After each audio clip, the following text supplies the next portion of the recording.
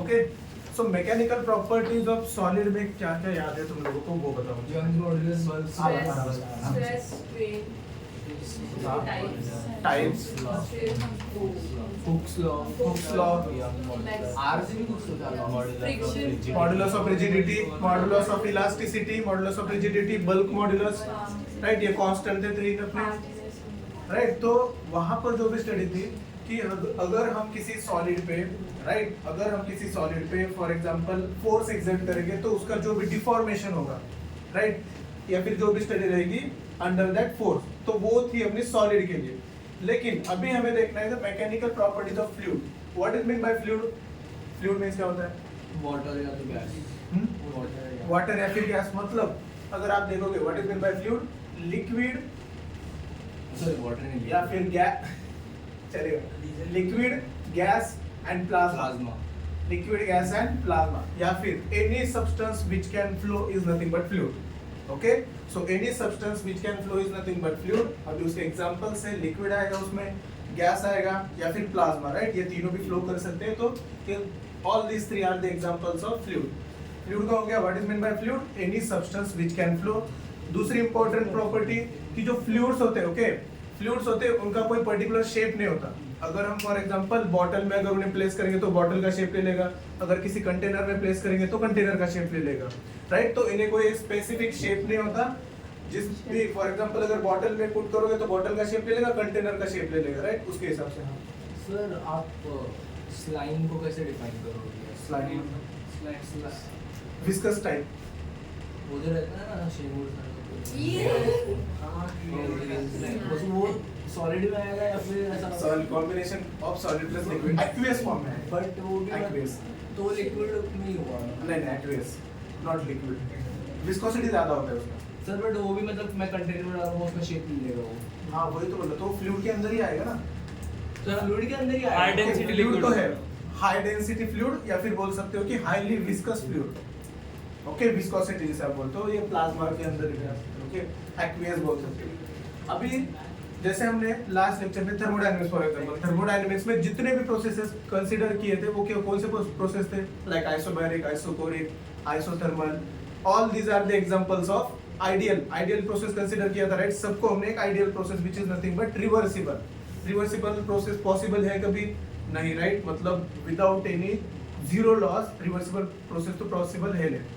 तो सेम यहाँ पर किसी एक प्रोसेस का स्टडी करने के लिए हमने वहां पे जैसे ideal process is reversible process, ideal engine is Carnot engine. तो यहाँ पर सेम हमें किसी फ्लूइड का अगर पर्टिकुलर स्टडी करना है तो हम कंसीडर करते हैं आइडियल फ्लूइड। ओके, तो अभी there are some of the properties of ideal fluid. Number 1, ideal fluid जो होता है वो इनकम्प्रेसिबल होता है। ओके, फर्स्ट प्रॉपर्टी क्या है आइडियल फ्लूइड की? जो फ्लूइड होता है आपका that is incompressible. What is mean bye incompressible? अगर आप देखोगे at various condition the density, okay, density of the ideal fluid is constant. What is meant by incompressible? जो density होता है ideal fluid का वो क्या होता है? हमेशा constant. second property क्या है? irrotational flow. आप बोल सकते हो कि ये जो flow होता है हमेशा वो कैसा होता है? irrotational. What is meant by irrotational flow? Linear हाँ लीनियर नहीं बोल सकते। In one direction constantly. Okay, किसी को पता है रोटेशनल फ्लो? घर पे जब हम टैप ओपन करते हैं, राइट, टैप जब स्लोली अगर ओपन करोगे तो फ्लो कैसा होता है? स्टेडी फ्लो होता है, एकदम स्मूथ फ्लो। कंसीडर करो smooth flow without any disturbance वाला जो फ्लो होता है ना, that is nothing but irrotational flow, जिसे हम स्मूथ फ्लो भी बोल सकते हैं। लैमिनार आपने हाँ वही हाँ, right, laminar flow, that is nothing but irrotational flow. Okay, मतलब जो एकदम स्मूथ फ्लो होता है विदाउट एनी डिस्टरबेंस, एक स्ट्रेट लाइन में बोल सकते हो कि वहां पे कोई भी एक दूसरा पार्टिकल उस पर्टिकुलर लाइन के बाहर नहीं जाएगा। ओके, एक स्मूथ फ्लो जो होता है that is nothing but irrotational flow. Third property is non viscous, मतलब जो आइडियल फ्लूइड होता है लाइक वाटर कंसीडर कर लो। अभी example, what is mean bye viscosity? किसी को पता है विस्कोसिटी क्या होता है? वो सरफेस पे ओके, सॉलिड में डेंसिटी होता है वैसे लिक्विड में विस्कोसिटी, राइट, जो डेंस नेचर होता है ना किसी भी फ्लूइड का, डेंस नेचर आप बोल सकते हो। या फिर वाटर है, अगर हम वाटर को ऐसे हाथ से अगर लाइक फील करेंगे तो कुछ महसूस नहीं होगा, लेकिन अगर ऑयल को अगर आप फील करोगे तो क्या होता है? एक टाइप का गाढ़ापन नजर आता है। ऑयल ग्रीस पता है, ग्रीस Thickness. राइट, तो उस टाइप थिकनेस बोल सकते हो आप। तो विस्कोसिटी हमें आगे भी देखना है, लेकिन अभी जस्ट एक एग्जांपल के लिए बताता मतलब हूँ ऑयल में कि इसको अगर ज्यादा रहता है। हाँ गाढ़ापन बोल सकते हो किसी भी फ्लूइड का गाढ़ापन। ओके, जो dense nature of any fluid is nothing but viscosity. तो जो आइडियल फ्लूइड होता है उसकी जो विस्कोसिटी होती है, हमेशा आइडियल फ्लूइड की विस्कोसिटी हम 0 कंसीडर करते हैं। कितनी कंसीडर करते हैं? 0। विस्कोसिटी एक बेस्ट एग्जांपल बताता हूँ विस्कोसिटी का। अगर कोई अगर कोई आप कंसीडर कर लो एक इंक्लाइन शेप में, अगर यहाँ पे वाटर ड्रॉप है राइट, यहाँ पे अगर अपना वाटर ड्रॉप है एंड यहाँ पे कंसीडर कर लो कोई भी ऑयल है, तो लीनियरली अगर इस टाइप से अगर ये फ्लो करेगा तो वाटर का फ्लो फास्ट रहेगा या फिर ऑयल का फ्लो फास्ट रहेगा? वाटर का फ्लो। इट मींस दैट कि viscosity of water is less than oil. समझ गए? मतलब ये जो एबिलिटी ऑफ फ्लो या फिर किसी भी फ्लूइड में अगर इस टाइप से फ्लो है, तो जो फ्रिक्शन होता है इन दोनों लेयर्स में, that is nothing but viscosity. अगर फ्रिक्शन ज्यादा है तो वो विस्कस फ्लूइड है, अगर फ्रिक्शन कम है तो वो नॉन विस्कस फ्लूइड, मतलब विस्कोसिटी कम। विस्कोसिटी है ही नहीं कि कम है, कम है, बहुत कम। विस्कोसिटी है वाटर में भी लेकिन बहुत कम है। एंड अगर हम आइडियल फ्लूइड कंसीडर करो, अगर आप आइडियल फ्लूइड कंसीडर करोगे तो आइडियल फ्लूइड में विस्कोसिटी 0। आइडियल फ्लूइड क्या है? ओके, आइडियल फ्लूइड वही तो बोल रहा हूँ, आइडियल फ्लूइड मतलब पॉसिबल यही नहीं, लेकिन हम किसी भी फ्लूइड की पर्टिकुलर स्टडीज करने के लिए कंसीडर करते हैं ideal fluid. These are the properties. अगर किसी फ्लूइड के अंदर, अगर किसी फ्लूइड का फ्लो इनकम्प्रेसिबल है, अगर किसी फ्लूइड का फ्लो इरोटेशनल है, अगर कोई फ्लूइड की विस्कोसिटी 0 है, तो हम उसी फ्लूइड को क्या कंसीडर कर सकते हैं? Ideal fluid. Last property steady flow.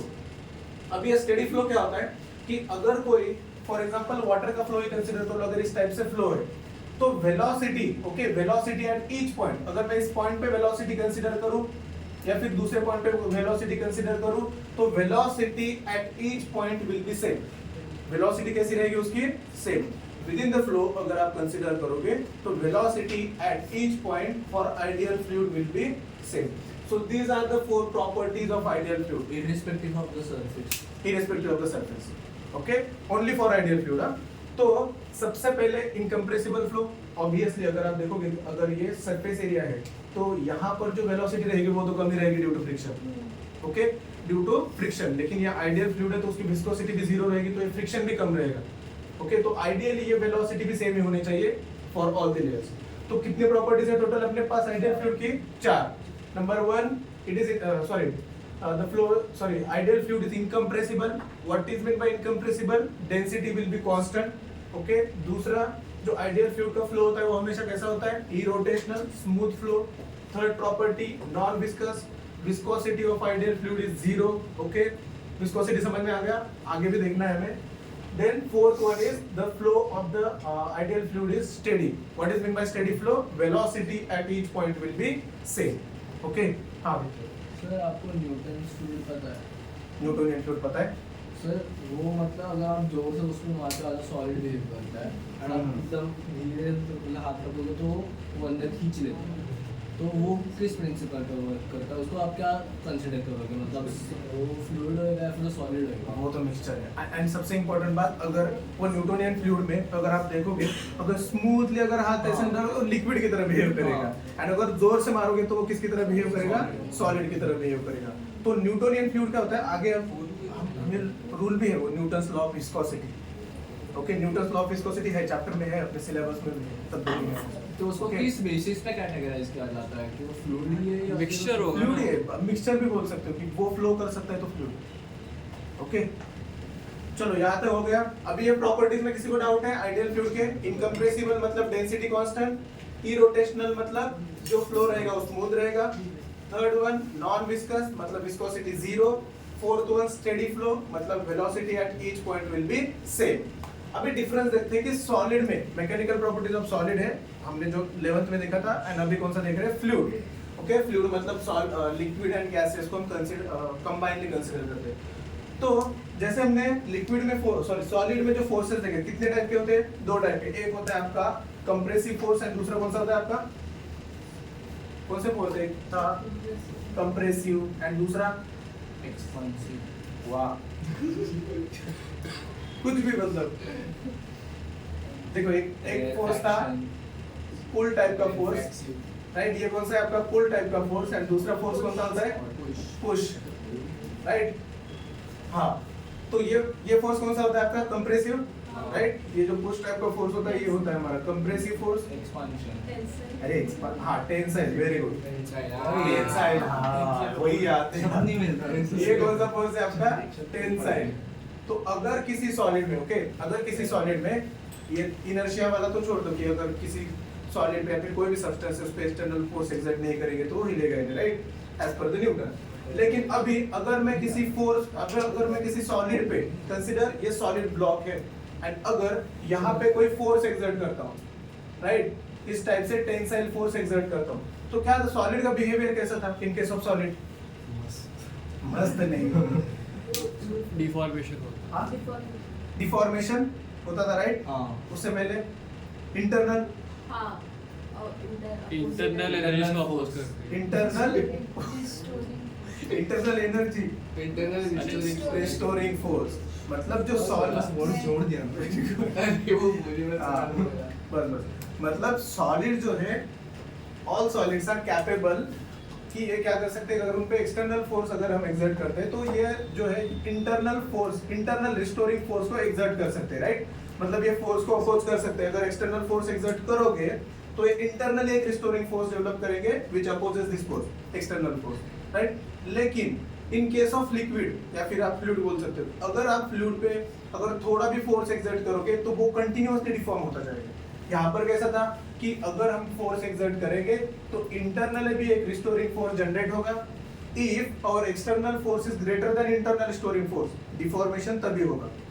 ये पता है सबको, राइट। अगर यहाँ पे कंसीडर कर लो, मैं एक्सटर्नल फोर्स एक्सर्ट करता हूँ 100 न्यूटन का, कितना? 100 न्यूटन का, एंड वो जो सॉलिड ब्लॉक है, okay, solid block is capable of producing only 70 Newton of force, internal restoring force, okay. तो ये जो ब्लॉक रहेगा इसका क्या हो जाएगा? डिफॉर्मेशन हो जाएगा।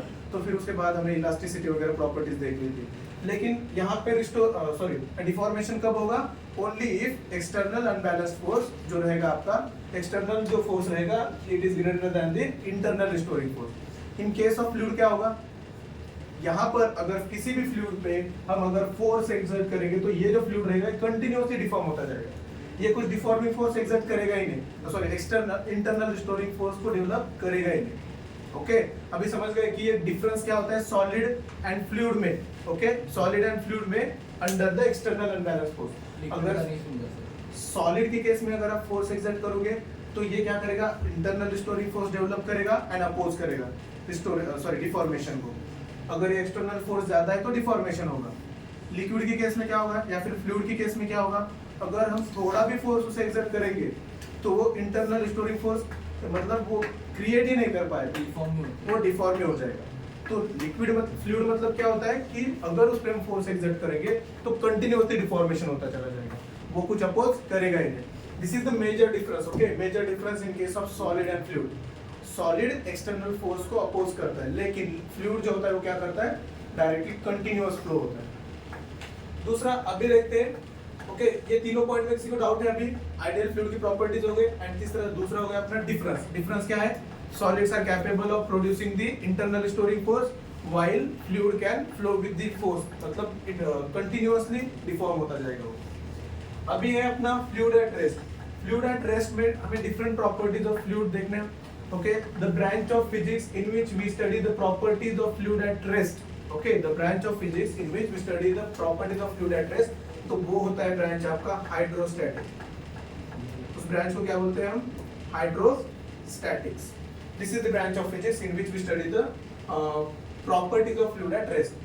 So first property is pressure, then दूसरी property है अपना tension। टेंशन भी है दूसरी प्रॉपर्टी। तो हमें आज फर्स्ट प्रॉपर्टी देखना है, which is nothing but pressure. Pressure क्या होता है? What is mean by pressure?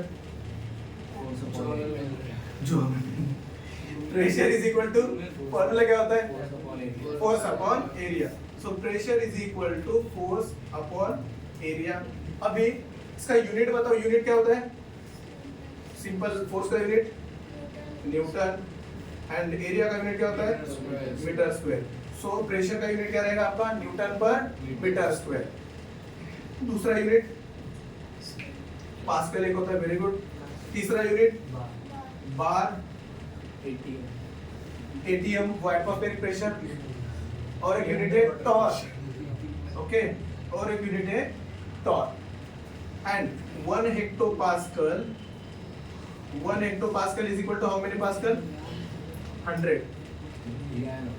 Okay, 1 hectopascal is equal to 100 pascal. तो ये है आपका प्रेशर। अभी प्रेशर देख लो, फॉर एग्जांपल अभी यूनिट है, जैसे हम किलो पास्कल मतलब मेगा पास्कल, हाँ, किलो 1 में hectopascal is equal to 100 pascal. Fourth में एक चैप्टर जो रिलीज फोर्थ वाला ने, नहीं फोर्थ में नहीं सर, हाँ, बचपन से ही- मीट्रिक सिस्टम। हाँ अच्छा मीट्रिक सिस्टम है, हाँ। फिर डेका आता था, फिर मीटर आता था, तो डेसी। ये हेक्टो मतलब 100 pascal, 1 hecto is equal to, ये बस न्यूमेरिकल के लिए अगर आता है कि किसी न्यूमेरिकल में हमें हेक्टो पास्कल में क्यों है तो hecto pascal is equal to 100 pascal. तो अभी देख लो प्रेशर का, अगर फॉर एग्जांपल अपना ही एग्जांपल ले लो कि सबसे ज्यादा एटमॉस्फेरिक प्रेशर अगर आप देखोगे, एटमॉस्फेरिक प्रेशर कितना होता है? 1 atm होता है, राइट? एटमॉस्फेरिक प्रेशर कितना होता है? 1 atm। पास्कल में कितना होता है? सॉरी बार में बताओ, बार में 1.01 1.013 बार, एंड पास्कल में 10⁵ ये किसमें होता है आपका? पास्कल में होता है। ओके, तो अभी किसी भी पर्टिकुलर ह्यूमन बीइंग पे अगर जो प्रेशर देखोगे तो प्रेशर कितना है? 1 एटमॉस्फेरिक प्रेशर जितना होता है, राइट? एंड सी लेवल पे सबसे मैक्सिमम होता है। जैसे जैसे हम ऊपर, अभी ऐसा ही कंसीडर कर लो कि अगर ये फ्लैट अर्थ है, राइट? अगर ये फ्लैट अर्थ है अपना एंड यहाँ पर कोई बंदा है, ओके, इस पे जो प्रेशर एक्ट होगा, प्रेशर कितना एक्ट होगा? इसके ऊपर जितना भी एरिया रहेगा, pressure is nothing but force upon area. तो अगर इसके ऊपर जितना भी किलोमीटर तक अपना एटमॉस्फेयर है तो वहां पे गैस प्रेजेंट रहेगा, राइट? तो ये गैस क्या करेगा? इस पे प्रेशर फोर्स एक्ट करेगा and force per unit this area is nothing but pressure. तो जैसे जैसे आप देखोगे कि अगर हाइट बढ़ेगी तो प्रेशर क्या होता चला जाएगा? कम होगा। यहाँ पर ही देख लो कि अगर इतने वॉल्यूम के लिए आपका फोर्स ज्यादा रहेगा, जैसे ऊपर जाओगे गैस का वॉल्यूम क्या हो जाएगा? कम हो जाएगा। तो जो फोर्स एक्सर्ट होगा वो भी कम होगा। एंड अगर फोर्स की वैल्यू कम होगी तो ऑब्वियसली प्रेशर भी क्या हो जाएगा आपका? कम हो जाएगा। तो सी लेवल पे सबसे ज्यादा एटमॉस्फेरिक प्रेशर होता है। जैसे जैसे आप हाइट पे जाओगे तो हाइट पे जो प्रेशर रहेगा, pressure will B low. Okay, हाँ, हमने ऊपर इतना ज्यादा प्रेशर है तो भी हम जिंदा कैसे? इतना ज्यादा तो प्रेशर अफेक्ट कैसे नहीं होता? 2000 किलो का हवा बॉडी भी अप्लाई कर रही है हाँ, तो अभी इतना देख- थोड़ी करती है। ये तो एयर का प्रेशर है ना, तो मतलब अपने लिए तो निग्लिजिबल ही होता है। Okay, pressure due to air.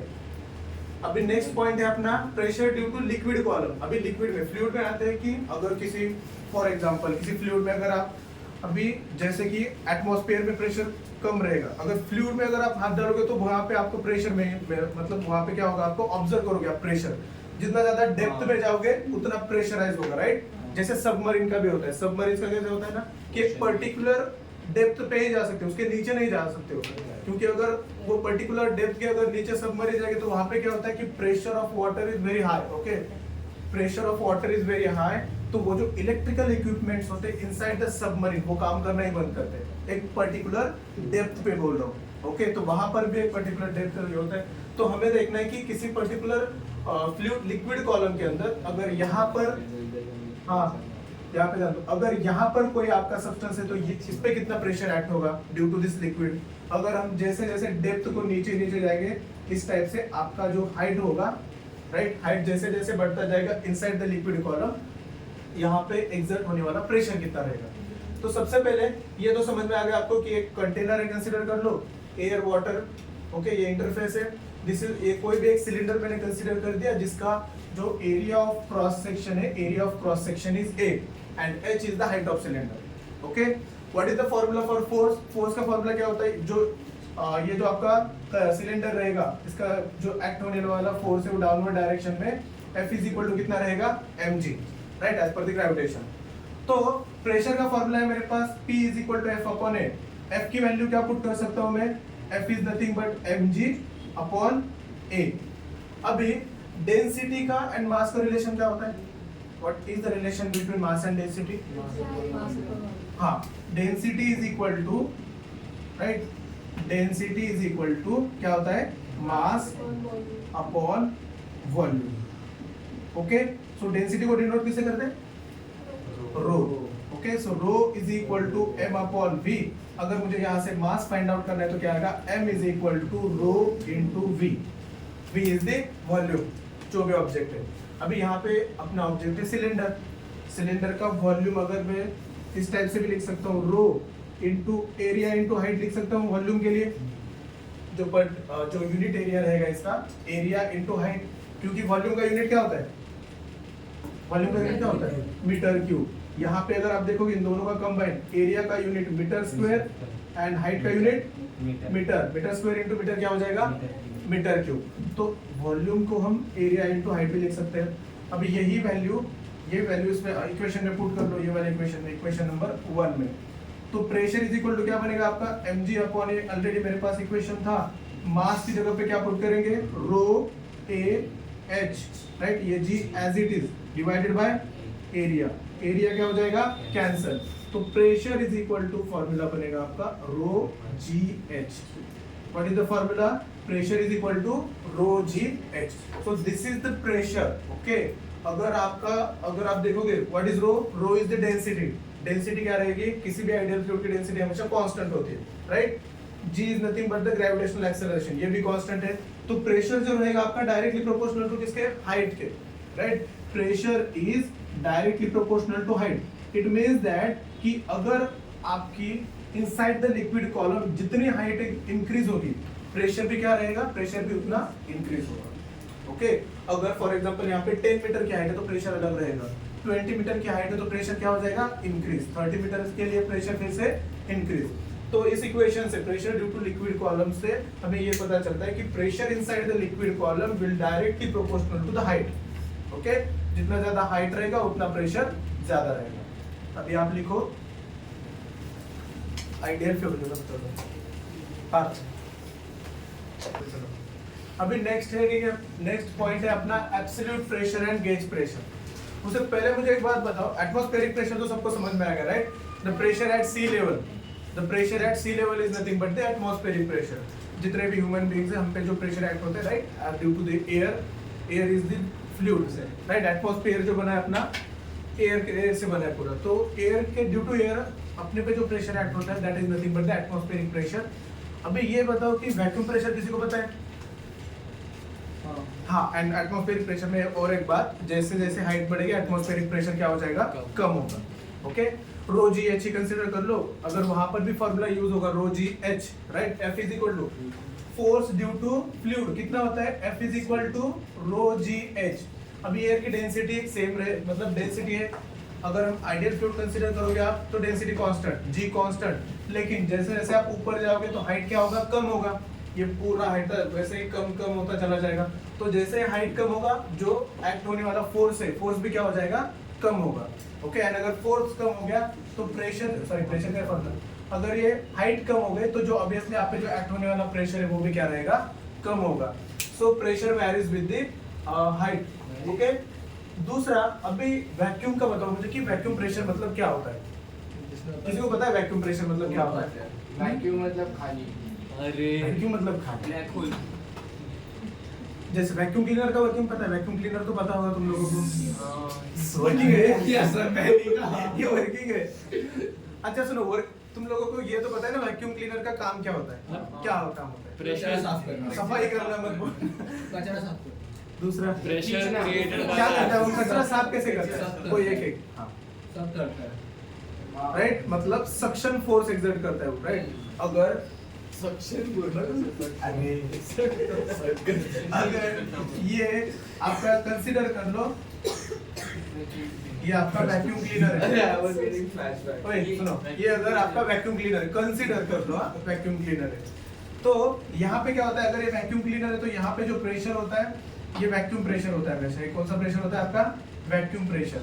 And जो बाहर प्रेशर, अब एटमॉस्फेयर में कौन सा प्रेशर होता है अपना, एटमॉस्फेरिक प्रेशर, राइट। तो जो वैक्यूम प्रेशर मतलब क्या होता है कि pressure below the atmospheric pressure, मतलब एटमॉस्फेरिक प्रेशर से कम जो प्रेशर रहेगा आपका, that is nothing but the vacuum pressure, okay. जैसे टेम्परेचर डिफरेंस में हीट कहाँ से कहाँ फ्लो होता था, higher hot body to cold body, higher temperature to lower temperature. तो यहाँ पे क्या होता है, प्रेशर यहाँ पे हायर होता है, एटमॉस्फेरिक प्रेशर हायर होता है, वैक्यूम प्रेशर लोअर होता है। तो कहाँ से कहाँ फ्लो होना चाहिए, हायर टू लोअर। तो ये क्या करता है, जो कचरा होता है उसको सक्शन फोर्स एक्सर्ट करके क्या करता है, सक करता है। तो इस टाइप से वैक्यूम का वर्किंग होता है, ओके, वैक्यूम क्लीनर का। So vacuum pressure is nothing but यहाँ पर करते क्या है, जस्ट यहाँ पे वो जो बॉक्स होता है वैक्यूम क्लीनर का, वैक्यूम क्लीनर के बॉक्स में, आदित्य बाहर जाओ, अभी देख लो कि वैक्यूम क्लीनर में करते क्या, जनरली ओनली यहाँ पे pressure below the atmospheric pressure अगर हम क्रिएट करेंगे, अगर इस बॉक्स में ओनली अगर एटमॉस्फेरिक प्रेशर से कम प्रेशर अगर यहाँ पे क्रिएट होगा तो अपने आप ये जो कचरा है ना वो अंदर आएगा, क्योंकि जो नेचुरल फ्लो अगर आप देखोगे तो higher pressure to lower pressure ही एग्जर्ट होगा, मतलब जो फोर्स रहेगा higher pressure to lower pressure ही एग्जर्ट होगा। So vacuum pressure is nothing but pressure below atmospheric pressure. अभी के लिए बस दो टर्म्स आपके हो गए, ओके। प्रेशर के कितने टर्म्स हो गए आपके, दो। नंबर वन, एक हो गया अपना एटमॉस्फेरिक प्रेशर, अगर एटमॉस्फेरिक प्रेशर का ये लाइन है, ओके, एटमॉस्फेरिक प्रेशर का अगर ये लाइन है तो जो वैक्यूम प्रेशर रहेगा आपका, वैक्यूम प्रेशर कहाँ पे आएगा, अगर यहाँ पे आपका एटमॉस्फेरिक प्रेशर है तो इसके नीचे क्या आएगा आपका वैक्यूम प्रेशर, ओके। तो ये डायग्राम आगे भी रहेगा आपका, गेज प्रेशर एंड जो भी आपका एब्सोल्यूट प्रेशर भी बताऊंगा वहाँ पे। हाँ, जैसे जो हेयर ड्रायर रहता है वो एयर को बाहर ब्लो करता है, वहाँ पे ब्लोअर यूज करते हैं। और इधर मतलब वो सक्शन कैसे क्रिएट होता है कहाँ पे, वैक्यूम क्लीनर में? वैक्यूम क्लीनर में वही तो बोल रहा हूँ कि वहाँ पे जस्ट एक pressure below the atmospheric pressure create करते हैं विद इलेक्ट्रिसिटी, ओके। वहाँ पे जस्ट वो प्रेशर डिफरेंस क्रिएट करेंगे, जो कचरा रहेगा वो अपने आप अंदर आएगा, ओके। हाँ, वहाँ पर भी जो अभी ब्लोअर दो डायरेक्शन के ब्लोअर यूज करते हैं, एक हीट को बाहर फेंकता है, दूसरा एक मतलब इनलेट के लिए होता है, दूसरा एक आउटलेट के लिए होता है। तो वहाँ पे जो यूज करेंगे वो इनलेट के लिए यूज होगा ताकि ज्यादा फोर्स प्रेशर बना रहे, ओके। तो वैक्यूम क्लीनर का वर्किंग नहीं जानना है हमें, बस वैक्यूम प्रेशर क्या होता है, वैक्यूम प्रेशर क्या होता है, हाँ होता है, राइट। वैक्यूम प्रेशर होता क्या है, just pressure below the atmospheric pressure, okay. अभी देखना है हमें एब्सोल्यूट प्रेशर क्या होता है एंड गेज प्रेशर क्या होता है। अभी यहाँ पर भी सेम एयर वाटर इंटरफेस है। ये जो सरफेस एरिया होता है ना, जहाँ पर दो फ्लूइड का मिक्सचर, मतलब दो फ्लूइड जहाँ पे इंटरफेस होता है, this is nothing but the free surface. ये क्या होता है आपका फ्री सरफेस, ये टर्म ध्यान में रखो, आगे भी आएगा आपको, ओके। एयर वाटर इंटरफेस है, दो फ्लूइड का इंटरफेस जहाँ पे होता है, that is nothing but the free surface. अभी अगर यहाँ पर देखोगे कोई एक सिलेंडर मैंने कंसीडर किया इनसाइड द लिक्विड कॉलम, अगर यहाँ पे फोर्स अभी आप देखोगे तो इसका जो ड्यू टू ग्रेविटेशनल सेंटर से, सेंटर ऑफ मास से एक्ट होगा, जो कि डाउनवर्ड डायरेक्शन में रहेगा। जो फ्लूइड रहेगा इस पे फ्लूइड एक्ट करेगा फोर्स एक्ट करेगा from the upward, upside down भी करेगा, एंड जो यहाँ पे जो फ्लूइड रहेगा वो अपवर्ड डायरेक्शन में, यहाँ पे डाउनवर्ड डायरेक्शन में, यहाँ पे अपवर्ड डायरेक्शन में। यहाँ पर जो एरिया रहेगा कंसीडर कर लो A1, एंड जो दूसरा एरिया है आपका A2। ये जो x1 डेप्थ पे जो top, okay, top side of the cylinder is at x1, and जो बॉटम साइड है आपका वो क्या रहेगा आपका x2। तो अगर मुझे total height of the cylinder calculate करना है तो क्या आएगा, इन दोनों का डिफरेंस ही रहेगा, x1 minus x2 is nothing but the height, and x1 जो है वो हायर लेवल पे, इसलिए x1 is greater than x2। दूसरा, अभी कोई भी कंसीडर कर लो कि यहाँ पर ये आपका लिक्विड है, एंड अगर यहाँ पर कोई चीज है तो इस पे प्रेशर कितना एक्ट होगा, कंसीडर कर लो h हाइट पे अगर कोई चीज है तो इस पे प्रेशर कितना एक्ट होगा, जो हमने लास्ट डेरिवेशन में देखा था, P इज इक्वल टू कितना था, वेरी गुड, क्या था formula, P is equal to rho ji H. तो यहाँ पर भी सेम फॉर्मूला यूज होगा, यहाँ पर भी जो फॉर्मूला यूज होगा सेम ही यूज होगा, कि यहाँ से अगर आप देखोगे कंसीडर कर लो यहाँ पर अगर P1 है एंड यहाँ पर क्या है आपका P2, तो यहाँ से यहाँ तक भी रो जी एच, एंड यहाँ से यहाँ तक भी कितना रहेगा रो जी एच, हाइट पे डिपेंड करेगा। तो सबसे पहले फोर्स के लिए देख लो, फोर्सेस का रिजोल्यूशन कैसे किया, ये है डाउनवर्ड डायरेक्शन में, ग्रेविटेशनल फोर्स भी डाउनवर्ड डायरेक्शन में, एंड ये जो F2 है आपका अपवर्ड डायरेक्शन में। तो देखो ये दोनों डाउनवर्ड डायरेक्शन में, जो इक्विलिब्रियम के लिए कंडीशन क्या रहेगी, दोनों upward is equal to downward के लिए, तो F2 अपवर्ड में डाउनवर्ड वाले दोनों फोर्सेस को मैंने ऐड कर दिया। So F1 plus mg is equal to F2 आएगा, तो F2 is equal to F1 plus mg। दूसरा, प्रेशर के लिए फॉर्मूला होता है अपने पास, pressure is nothing but force upon area. क्या फॉर्मूला होता है, फोर्स अपॉन एरिया। अगर यहाँ से मुझे फोर्स इज इक्वल टू लिखना है तो क्या आएगा, एरिया जो डिवाइड में इधर आके मल्टीप्लाई में प्रेशर इनटू एरिया। तो जो F1 रहेगा P1 इनटू A, एरिया तो सेम ही है, सिलेंडर एक ही है ना, राइट। अपना यहाँ पर जितना एरिया रहेगा सेम यहाँ पर भी उतना area. F1 is equal to P1 into A and F2 is equal to P2 into A, okay. अगर यही वैल्यूज इस इक्वेशन में पुट करोगे, क्या आएगी वैल्यूज देख लो अपने पास। इक्वेशन क्या, इक्वेशन नंबर 1, हाँ इक्वेशन 1 क्या है अपने पास, F2 is equal to F1 plus mg। अभी यहाँ पर भी सेम m के लिए हम कैलकुलेट करते हैं, ये आ गया F1 is equal to P1A, F2 is equal to P2A. Density and mass का relation, density is equal to mass upon volume, mass is equal to rho into V. What is V? V कितना आएगा? What is V? V means volume. Volume को कैसे consider किया था? A into H. तो यहाँ पर भी same A into what is height here? Height की जगह पे क्या पुट कर सकता हूँ? x1 minus x2. So m is equal to rho A, H की जगह पे क्या पुट करूँगा मैं? x1 minus x2. अभी ये F1, F2 and M की वैल्यू हम इक्वेशन नंबर 1 में पुट कर दें. What is the value of F2? F2 की वैल्यू क्या है? P2 into A, right? Is equal to value of F1 क्या है अपने पास? P1 into A plus what is the value of mass? Mass rho A x1 minus x2 and G as it is. Okay? यहाँ तक किसी को doubt है? देख लो क्या किया, जस्ट ये फोर्सेस को रिजॉल्व किया मैंने कि जो downward direction forces is equal to upward direction force, तो F2 is equal to F1 plus mg. Okay, what is F2? F2 is nothing but P2 into A, F1 is P1 into A. Density is nothing but mass upon volume, तो mass का relation in case of density rho A, H की जगह पे मैंने x1 minus x2 put किया, and ये जो भी वैल्यू है F1, F2 and M, equation number 1. अभी अगर आप देखोगे तो A कॉमन निकल सकता है, तो A क्या हो जाएगा अपना? A कैंसिल हो जाएगा. क्या इक्वेशन बनेगा? P2 is equal to P1 plus rho G and x1 minus x2 is nothing but our H. So this is the pressure inside the liquid column. अगर कोई आपका cylinder inside the liquid column है तो उस पर pressure कितना act होगा? देख लो, सबसे पहले हम कैलकुलेट करेंगे प्रेशर एट दिस इंटरफेस, मतलब टॉप मोस्ट पे कितना प्रेशर एक्ट होगा, फिर उसके नीचे कितना प्रेशर एक्ट होगा, तो ये हाइट पे डिपेंड करेगा रो जी एच. ये कैलकुलेट करने के लिए भी रो जी एच यूज करना पड़ेगा, अनलेस एंड अनटिल कि ये आपका इस फेस पे है. ओके, अगर आप सेम डायग्राम के लिए कंसीडर करते हैं, सेम डायग्राम, लेकिन जो अपना सिलेंडर है, डायग्राम, हाँ, अगर जो सिलेंडर है अपना यहाँ पर,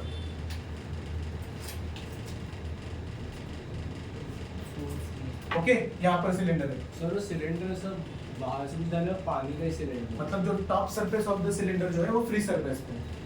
हाँ, सिलेंडर मतलब ऐसा सॉलिड सिलेंडर डाला है उसमें, और पानी का ही अपन इमेजिन कर रहे हैं. हॉलो सिलेंडर मतलब कोई भी एक सॉलिड सिलेंडर कंसीडर कर लो इस टाइप से.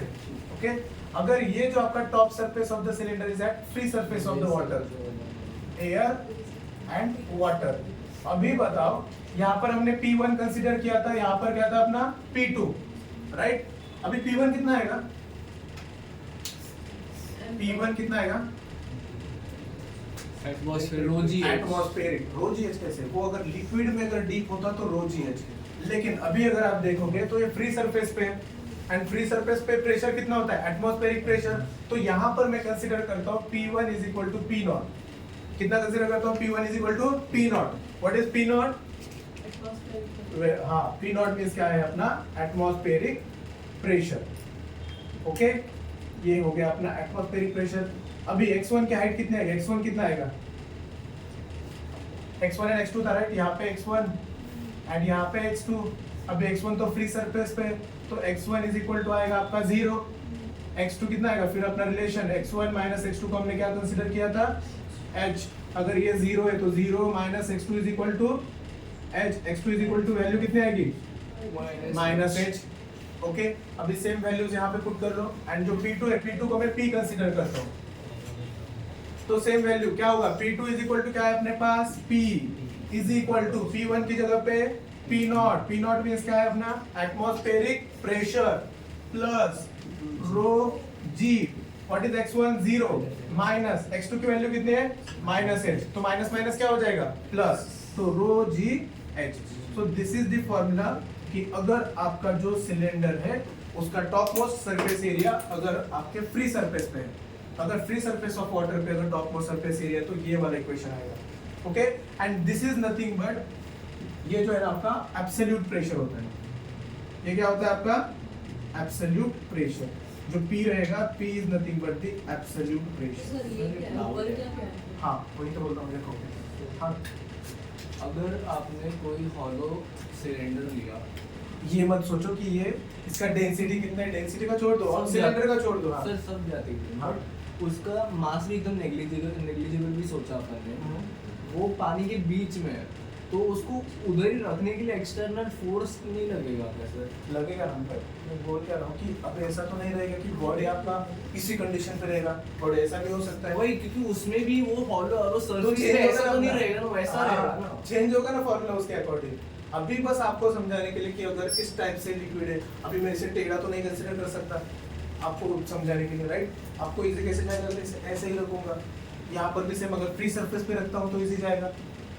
ओके, तो देख यहाँ पे ध्यान दो, अभी क्या है, P is equal to P naught plus rho GH, so this is nothing but the absolute pressure। ये कौन सा प्रेशर है आपका, एब्सोल्यूट प्रेशर। एंड अगर ये P naught प्लस में इधर आएगा तो किसमें आएगा, माइनस में, तो P माइनस P naught कितना आएगा, P minus P naught is equal to formula क्या बनेगा आपका, रो GH। तो ये जो होता है आपका गेज प्रेशर, ये कौन सा प्रेशर है आपका, गेज प्रेशर। तो अगर जो मैंने डायग्राम बताया था आपको, अगर ये लाइन है आपका एटमॉस्फेरिक प्रेशर का, ये कौन सा लाइन है आपका, एटमॉस्फेरिक प्रेशर का, बिलो एटमॉस्फेरिक प्रेशर कौन सा आएगा आपका, बताओ, वैक्यूम प्रेशर। क्या आएगा, वैक्यूम प्रेशर। एंड अगर यहाँ पर मेरा कोई गेज प्रेशर है, यहाँ पर अगर आपका गेज प्रेशर है, तो एडिशन ऑफ दिस टू क्या आएगा आपका, एब्सोल्यूट प्रेशर।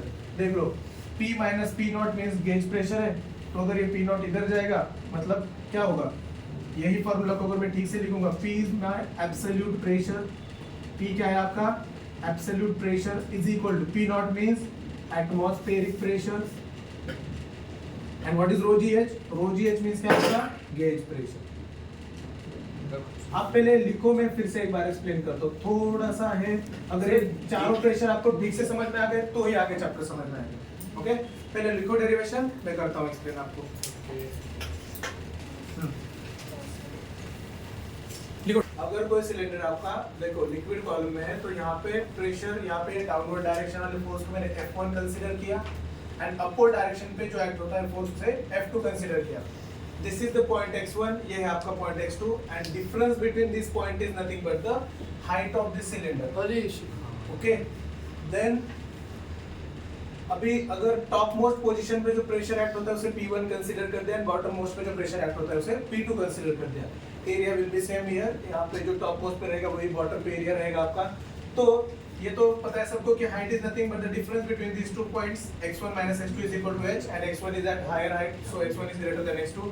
अभी फोर्सेस का रिजोल्यूशन अगर आप देखोगे, upward direction is equal to downward direction, so F2 is equal to F1 plus mg।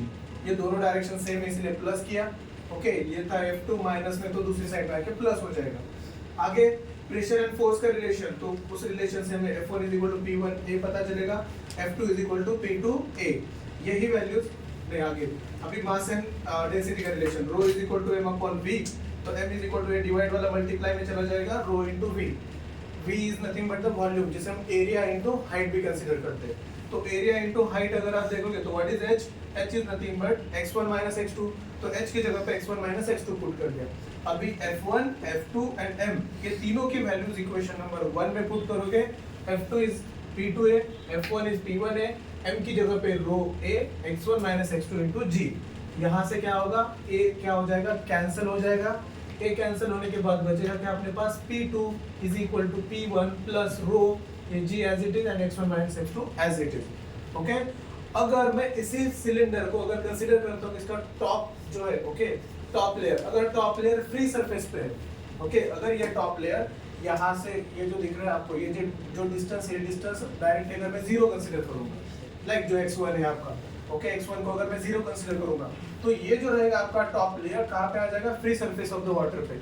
तो free surface of the water पे अगर आप देखोगे तो एक्सपोजर टू एटमॉस्फेयर है, तो यहाँ पे प्रेशर जो रहेगा वो एटमॉस्फेरिक प्रेशर ही रहेगा, which is nothing but P not से कंसीडर कर लिया उसको।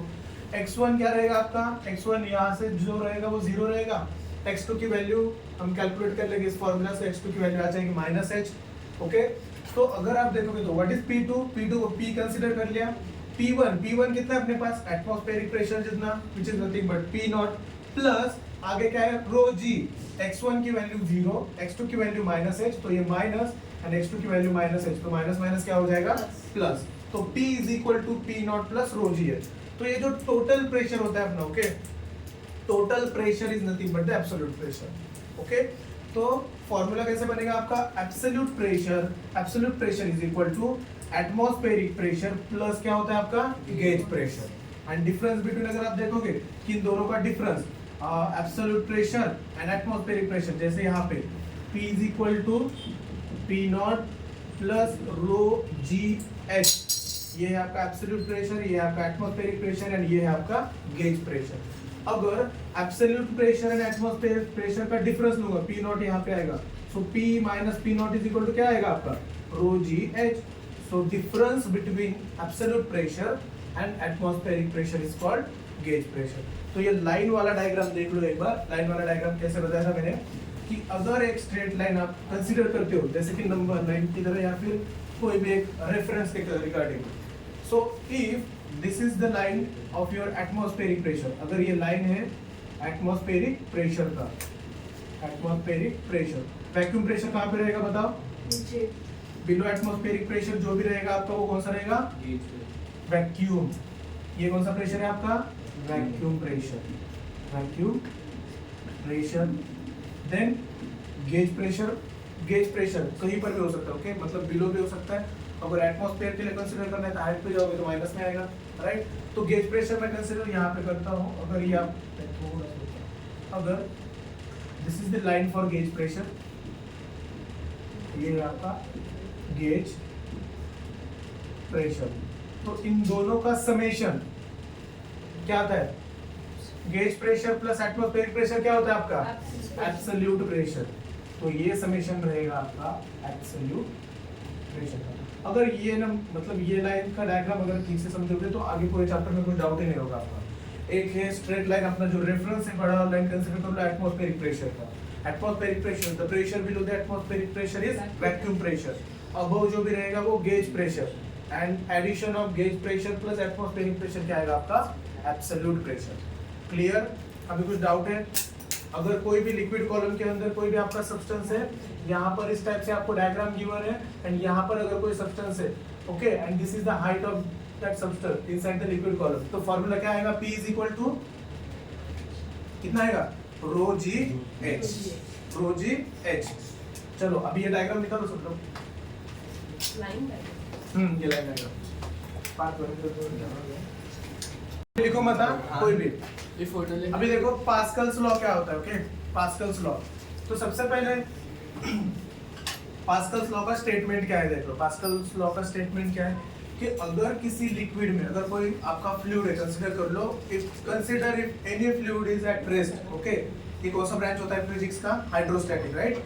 अगर हाइड्रोस्टैटिक में किसी भी फ्लूइड में हम अगर फोर्स एक्सर्ट करेंगे, फॉर एग्जांपल यहाँ पर अगर कोई फ्लूइड है, if I am applying the force at this point, अगर मैं यहाँ पे कोई फोर्स एक्सर्ट करूंगा तो वो जो फोर्स रहेगा, या फिर आप बोल सकते हो कि वो जो इस पे जो प्रेशर एक्ट करेगा, अगर मैं यहाँ पे प्रेशर एक्ट करूंगा तो वो जो प्रेशर रहेगा, pressure will flow in all the direction and हर एक फ्लूइड पे सेम एक्ट होगा।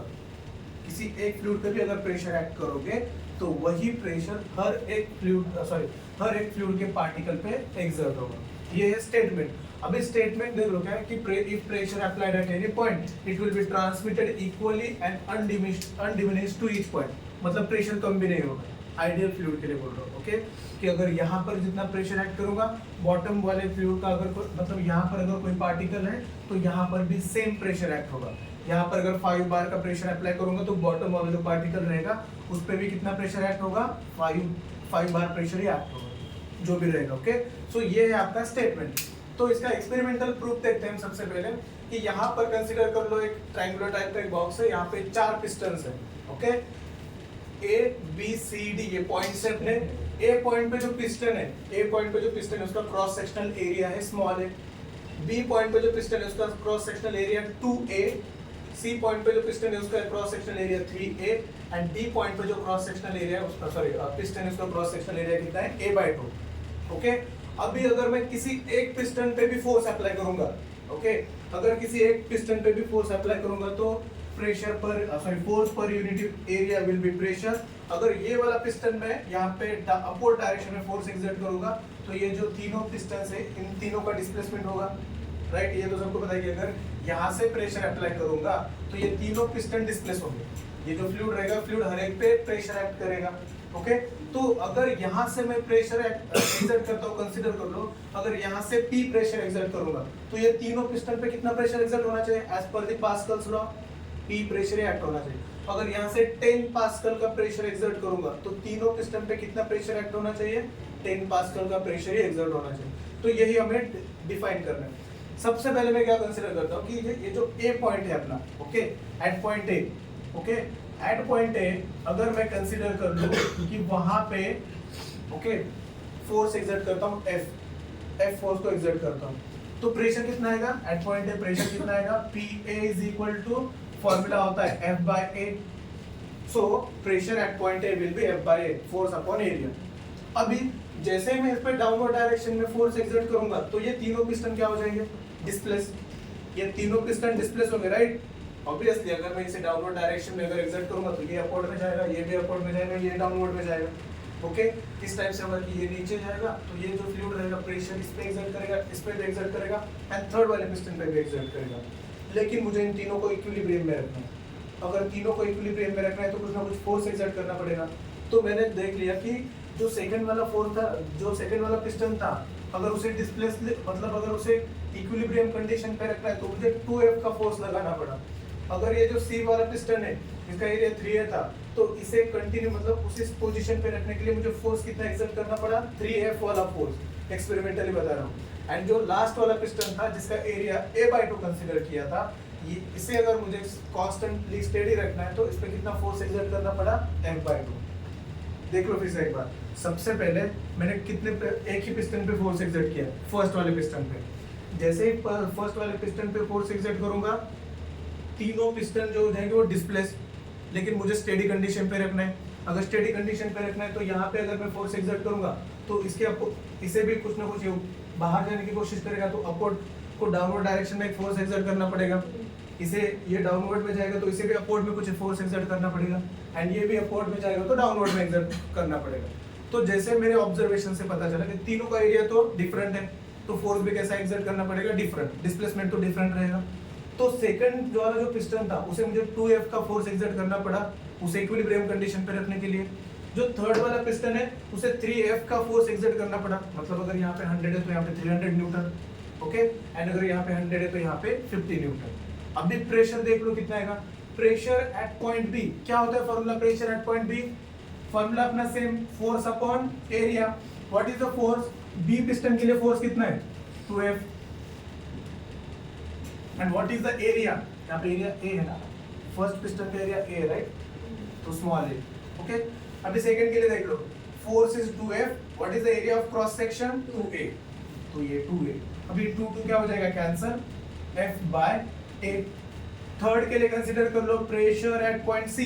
प्रेशर एट पॉइंट C कितना आएगा?